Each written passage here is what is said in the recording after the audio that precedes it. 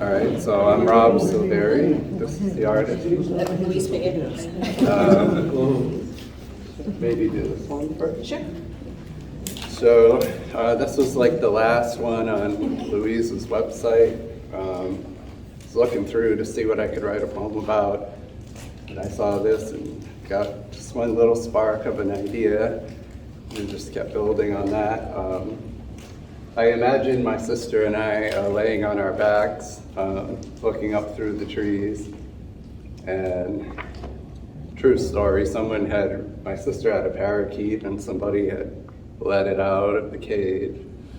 So I'm sitting there wondering if it flew up through the trees, tried to catch childhood innocence, but also the energy of childhood. And there's a line that says, laying on the ground, there's nowhere else to go but up.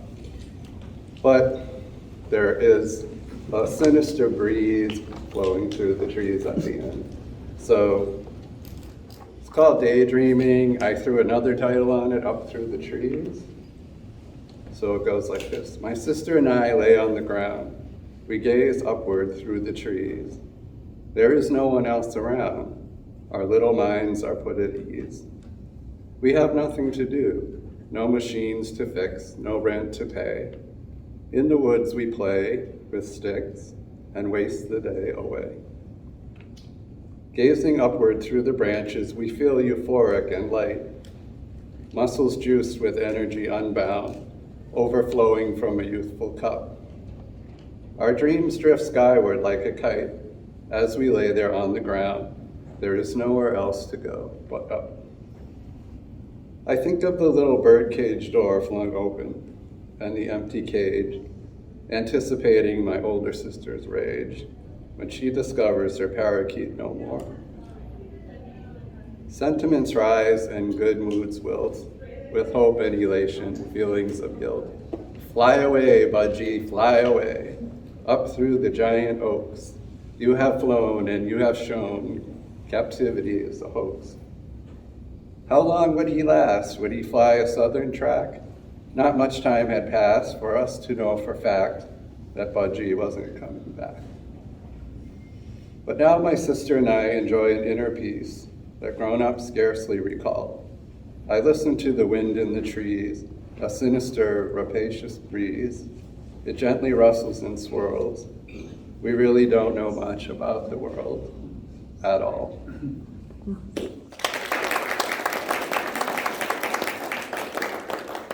I'm not really sure what I'm supposed to say.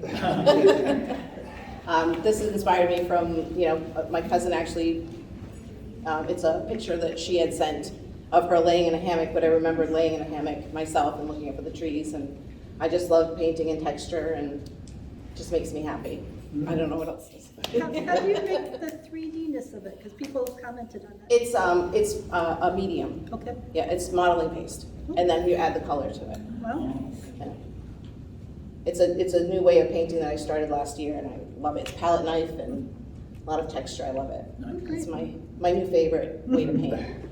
And I try to paint happy, things that make me happy. mm-hmm. That's it. That's all I got. So we have the biggest paintings, so you should be able to see them way out there in the back while I'm reading. But Louise and I were really in sync on this one. It's all about mothers. She chose this poem that I had written many years ago about my mother.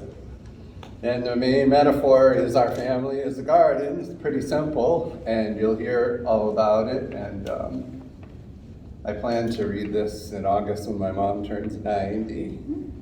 And, perhaps give her the painting to go along with it. Because she has this poem hanging on her wall at her house. So it's called Our Garden, and my mother's an avid gardener, even to this day, 90 years later. So, our garden. Mother, our garden has grown since you first knelt there on your cushion, furiously working the earth, cultivating and nurturing our roots, so that we might shoot up colorful and strong.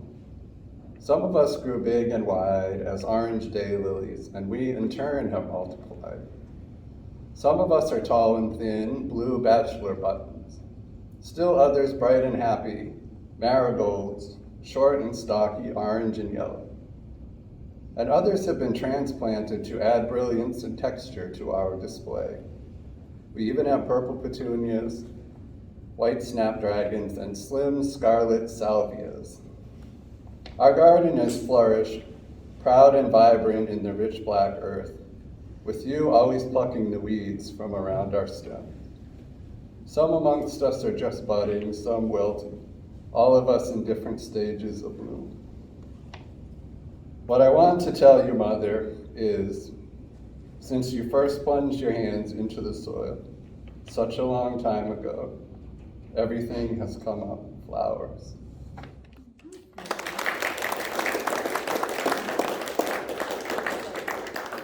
I love to garden, and that's what pulled me to this, but then to add the mom into it really meant a lot to me, because 2 years ago, I lost my mom after taking care of her for 2 years in my home. And she passed away in my home, and her last words to us were, "My angels are here." So every painting that I paint with texture has an angel somewhere hidden in it, and that's what I do. So this painting, just the brightness and the flowers and the happiness and the mom with the kids, and it just connected so much with me. I loved painting that one very much.